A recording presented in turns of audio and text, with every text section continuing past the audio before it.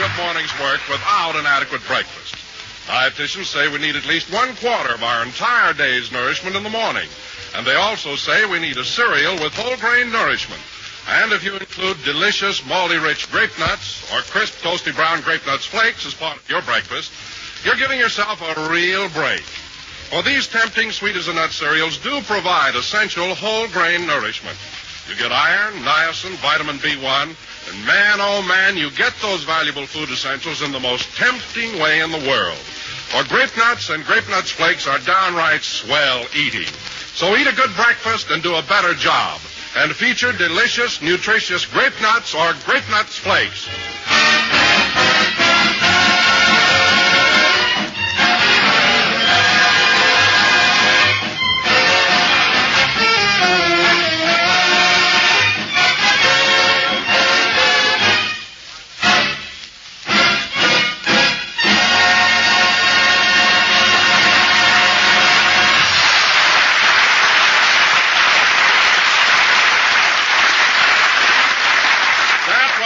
Oklahoma, played by the orchestra. And now, ladies and gentlemen, we bring you our... Oh, Don Wilson. Yes? I'm Barbara Stanley. Oh, hello, Barbara.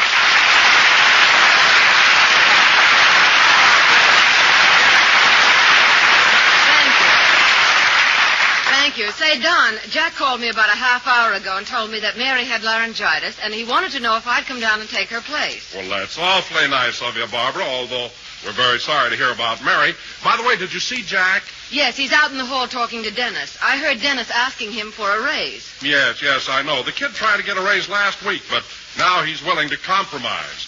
He only wants half as much. If I know Jack, he's holding out for unconditional surrender. That'll go on for weeks. But you've certainly got to admire Dennis. His motto is, if at first you don't succeed, try again. Well, Mary tells me he doesn't stand a chance, because Jack's motto is, if at first you don't get it, you just don't, brother. I feel sorry for the boy. So do I. You know, Barbara, it's hard to believe that Jack is so cheap. Cheap? Oh, listen, Don, I've known him for years. Remember that girl he used to go with, Gladys Zabisco? Remember? Yes. Well, Jack broke up with her because she moved to a 10-cent telephone zone. What a guy. Say, Phil, did you ever ask Jack for a raise? Yeah, but I had to cut it out. It's habit forming. Oh. Well, anyway, Phil, you've got no kick coming. You're doing all right, aren't you? Yeah, but what am I going to do if Alice quits working? You'll be out in the hall where Dennis is. Gee, they've been out there 3 hours already. I wish they'd get it settled one way or the other so that we could get on with the show. Yes, I know, Mr. Benny, but my mother said I really do deserve... Your mother. Now, look, kid. You've been on this program 4 years. Now, when you first came to work for me, I paid you only $30 a week. That's right. And what am I paying you now? $35.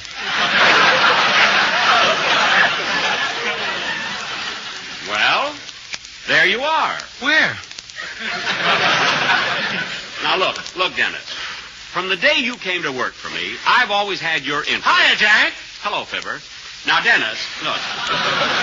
I've always looked out for your interest. And I always... But my mother's worried about my salary. Your mother. Well, it's quite a problem with her. She talked to Mr. Anthony twice.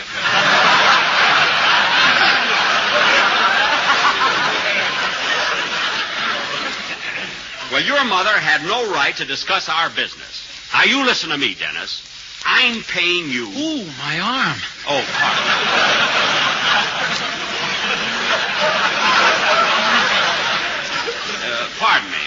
Pardon me, kid. Now, look, Dennis, you're getting $35 a week, aren't you? Yes, but I've got a cousin who makes $40 a week, and he's a shoe salesman. All right, your cousin makes $40, and he's a shoe salesman. That means he has to work every day in the week for it. Now, you don't work Monday, do you? No. You don't work Tuesday? No. You don't work Thursday? You forgot Wednesday. Yeah, Wednesday. No.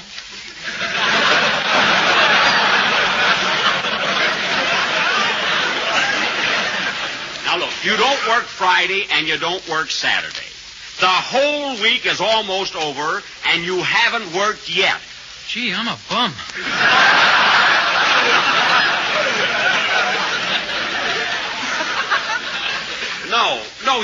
Dennis. You're not a bum. What I'm trying to explain is...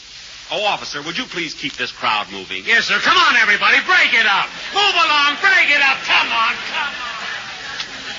Thank you. Thank you. Now, Dennis.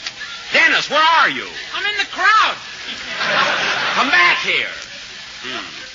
What were you doing in that crowd? I was telling them my side of the story. Never mind that. Now, Dennis, I don't want you to think that I'm turning down your raise. But let me give you the reason why. You see, kid... Ooh, your glasses are hurting my nose.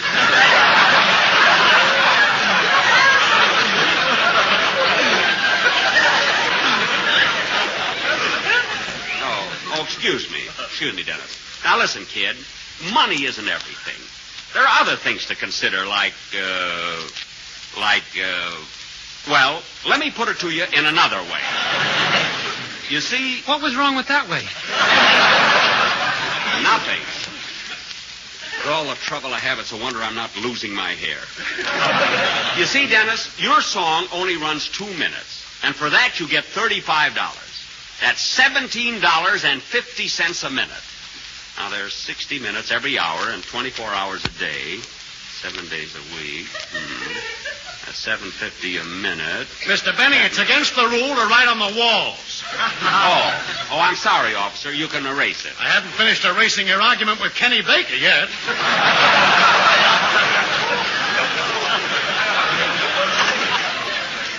Oh, well, I'll do it myself. Now, there you are, Dennis. There are 10,080 minutes in a week. And since you get $17.50 a minute, that means you're being paid $186,000 a week. Oh, boy, am I loaded.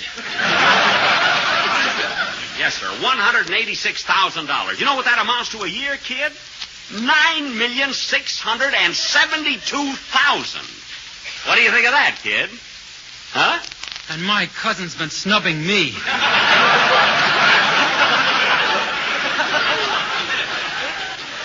Yeah, I guess you can tell him off now. Well, let's go in, kid. We got a program to do. Okay, Jack. Jack? We're both way up in the dough now.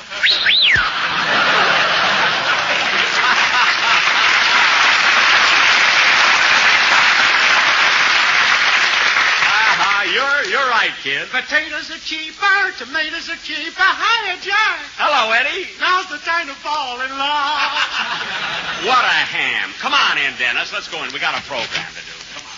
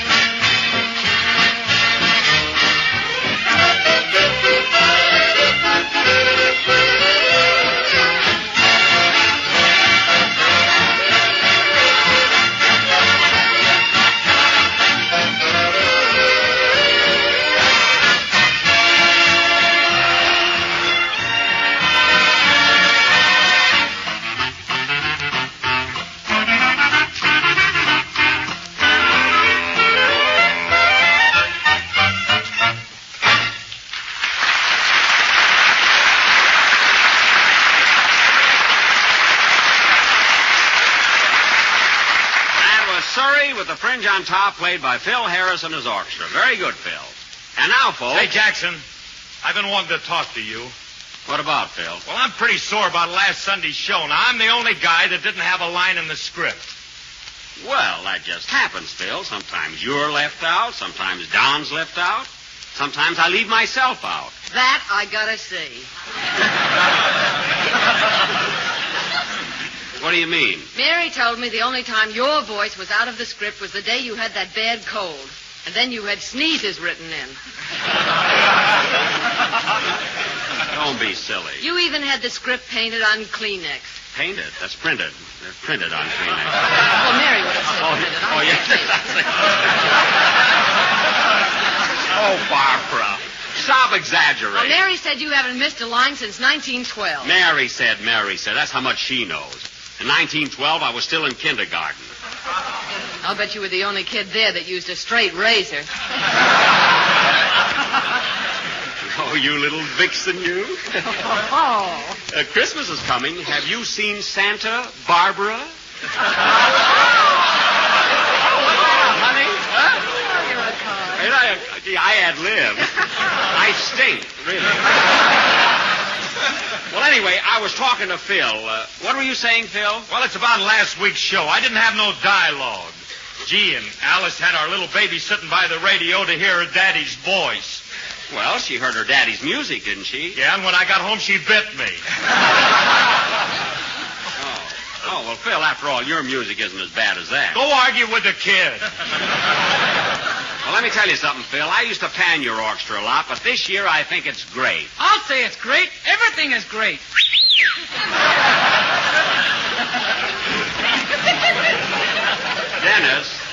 Dennis, don't let what I told you out in the hall go to your head. What happened, Dennis? Did you get your raise? Who needs a raise? I can't count the dough I'm making now.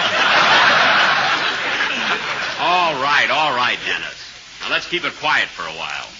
And now, folks... I can buy and sell you. Dennis. What's the matter with this kid? Say, Jackson, you've been giving Dennis the routine about making so much a minute? I simply showed him how much better off he is with me than selling shoes. That's all. Oh, for heaven's sake, Jack, why don't you loosen up and give the kid a little raise? Look, it's a matter of principle, Barbara. Now, you may not know it, but I had an experience last year with one of my writers. He came to me with a heartbreaking story. Mr. Benny, I can't see very well. Will you please give me a raise so I can buy glasses? So what happened? I gave him a raise, he bought his glasses, read his contract, and left me.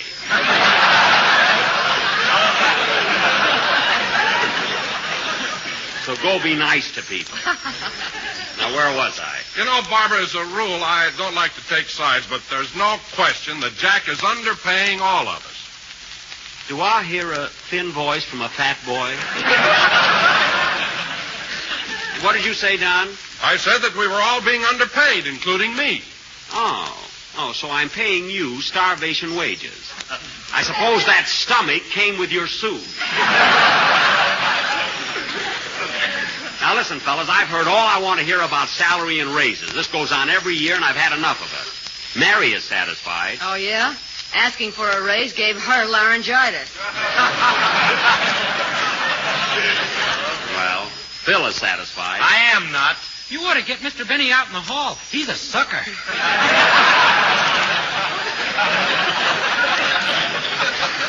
No, I'm not, Dennis. I'm just trying to show you and everybody else how well off you are. See, Rochester's been working at my house for years. He's happy with his job. Oh, say, Jack, that reminds me. Mary spoke to Rochester about a maid yesterday, and he promised to bring his niece over to see her. I thought she had a maid. Yeah, but she quit. They had an argument about having breakfast in bed. Oh. Mary didn't feel like serving it to her there.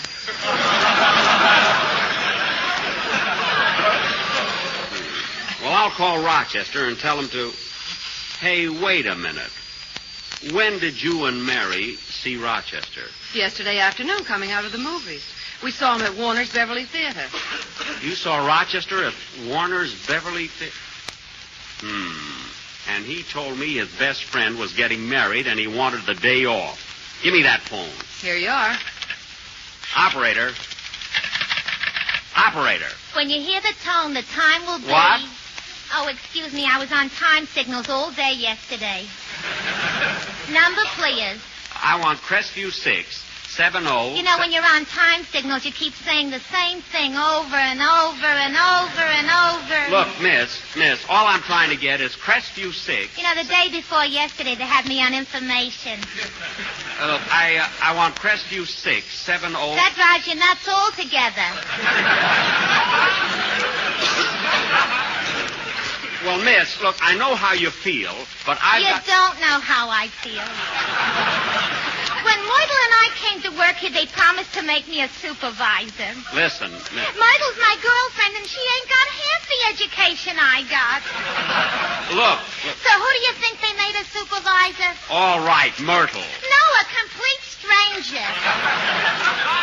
Now, look here, miss, I'm sorry about all you... Will you please get me my home, Crestview 67071.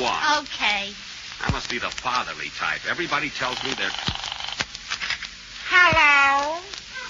That's strange. Is this Crestview 670? I'm not talking to you.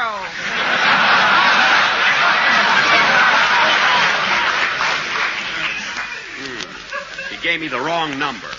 Operator. Long distance. What? You see how they push me around?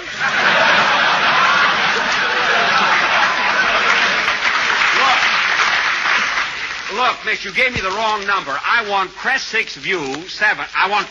67071. Okay. Wait till I get Rochester on the phone. I'll tell him a thing or two. Oh, Barbara, what am I mad at Rochester about? He told you he wanted a day off to go to his best friend's wedding, and he went to Warner's Beverly Theater instead. Oh, he did, eh? That burns me up. Mr. Bentley's residence, star of stage, screen, and radio.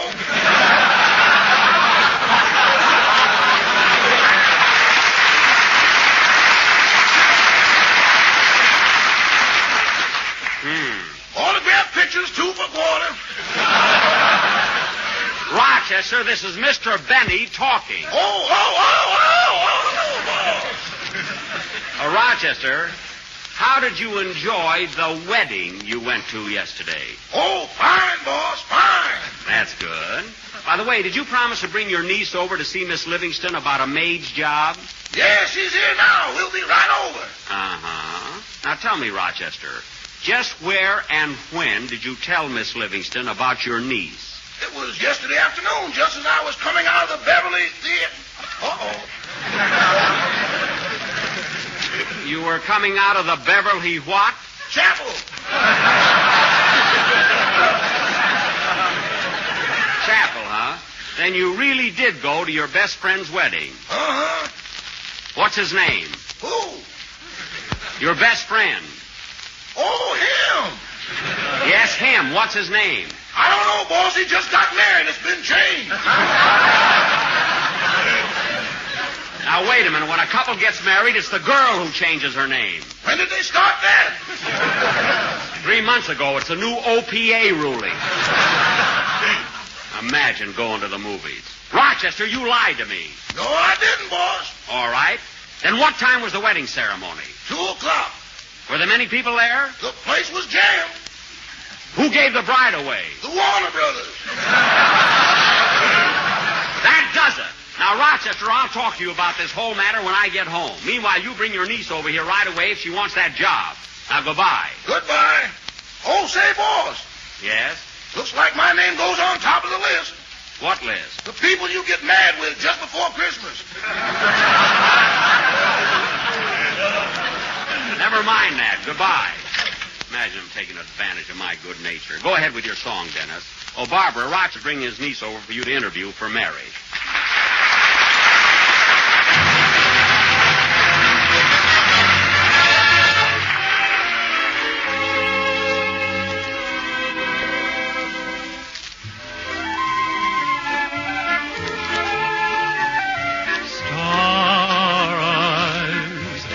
To me is what your eyes are, soft as stars in April skies are. Tell me someday you'll fulfill their promise of a thrill. Star eyes, flashing eyes in which my hopes rise. Let me show you where my heart heart lies. Let me prove that it adores that loveliness of yours. All my life I felt content to stargaze at the sky. Now I only want to melt the stardust in your eyes. Star eyes, when if ever will my lips know if it's me for whom those eyes glow. Makes no difference where you are, your eyes still hold my wishing star. All my life I felt content to stargaze at the sky. Now I only want to melt the stardust in your eyes. Star eyes, when if ever will my lips know if it's me for whom those eyes glow. Makes no difference where you are, your eyes still hold my wishing star. Oh, star eyes, how lovely you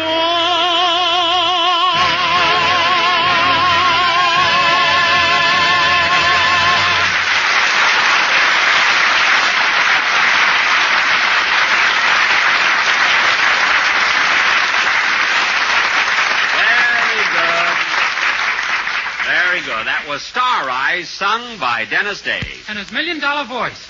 That's right. And now... Oh, brother.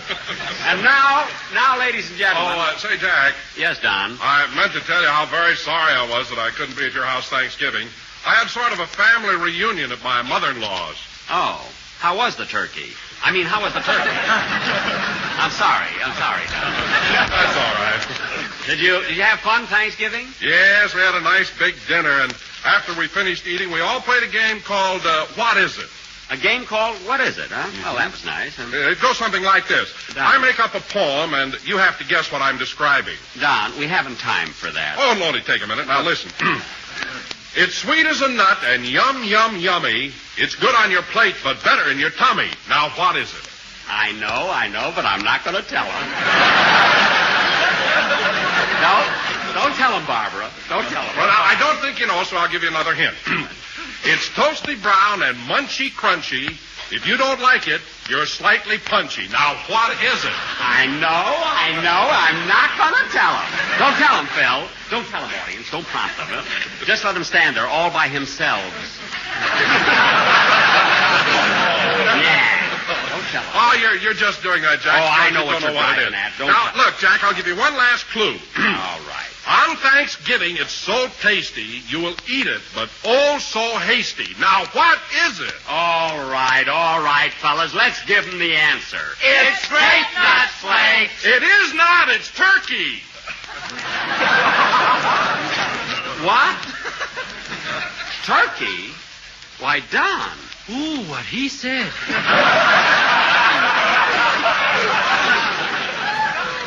Don, do you realize what you just uttered? Oh, sure, but it's okay, Jack. I took it up with the sponsor, and he said it's perfectly all right for people to have turkey for Thanksgiving dinner instead of Grape Nuts Flakes. He's a great guy. Oh, he certainly is. Right now, I'm trying to clear it for Christmas. I see. Well, I'm sure you won't have any trouble. Say, Don, what about New Year's? Do you think that maybe... Come in? Well, it's about time he got here. Hello, Rochester. Hello, Miss Stanwyck. Hello, boss. Rochester, you lied to me, and I'm not forgiving you so easily. So don't talk to me. Oh, boss, let's not go through that again. Remember last time when you didn't talk to me for 3 weeks? For 3 weeks? Yes, ma'am. He was so mad at me he wouldn't tell me to sweep the floor, dust the furniture, or make up the beds. Really? The house got so messy I had to move to a hotel. listen, Rochester. Oh, wait a minute, Jack. Mary asked me to interview a maid for her. Rochester, did you bring your niece with you? Yes, Miss Stanley. She's right here if you want to talk to her. Good. Butterfly, this is Miss Stanley. How do you do? Hello, Butterfly. Rochester told Miss Livingston you'd be interested in working for her as a maid. Yes, ma'am. Have you ever worked as a maid before? Yes, ma'am. And you worked for... Money.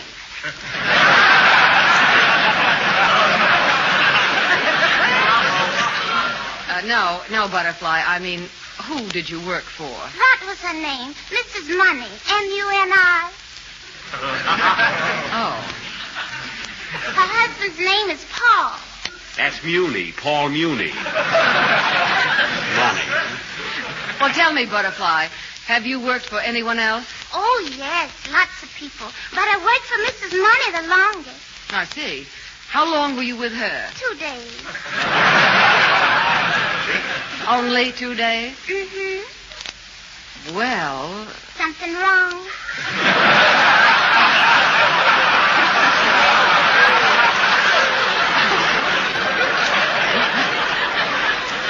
Well, I don't know what to say.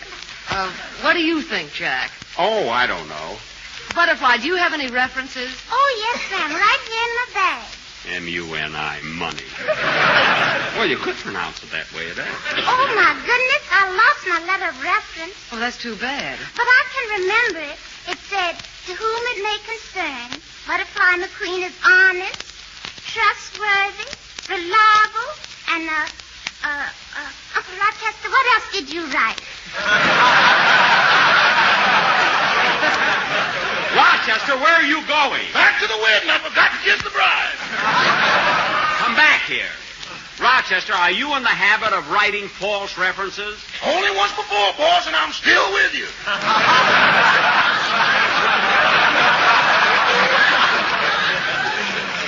Oh, yeah? Well, let me... Oh, Jack, let it go. Butterfly, I'll give you the job on approval. Okay, I approve.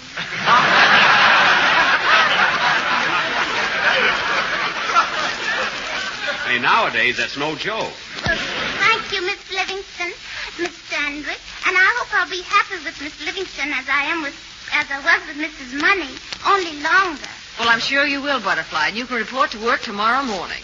Thank you, ma'am. Come on, Uncle Rochester. Okay, honey. So long, boss. Goodbye.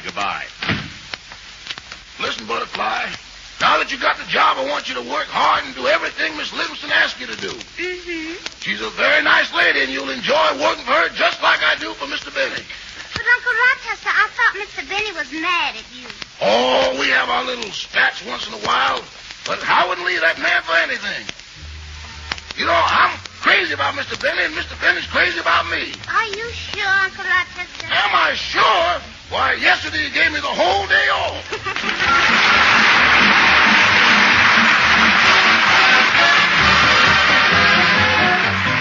We hear a lot about pin-up girls these days, but right now our government has a pin-up chart for all of us. It's a part of our Food Fights for Freedom program. Now, this pin-up chart is a scorecard to show how well your family is helping food fight by living up to the slogan, produce, conserve, share, and play square. And another important way we're asked to help is to buy more of the foods that are plentiful and unrationed. Foods like delicious, malty-rich grape nuts and grape nuts flakes. Uncle Sam is urging us to eat more cereals with whole grain nourishment, you know, because they are plentiful, thrifty, not rationed. And both grape nuts and grape nuts flakes do bring you all-around whole grain nourishment. Best of all, they're such perfectly swell eating. Grape nuts, crisp and crunchy. Grape nuts flakes in delicate, toasty brown flake form. Both glory in that same distinctive, sweet-as-a-nut flavor. So check up with that pin-up chart, friends, to see that you're doing your part in the Food Fights for Freedom program. And to check up on your pantry shelf to see that you have plenty of delicious grape nuts and grape nuts flakes handy. Well, that's all for tonight. Barbara, I want to thank you for coming over on a moment's notice and pinch hitting for Mary. I was very happy to do it, Jack. I know you were. Good night, folks.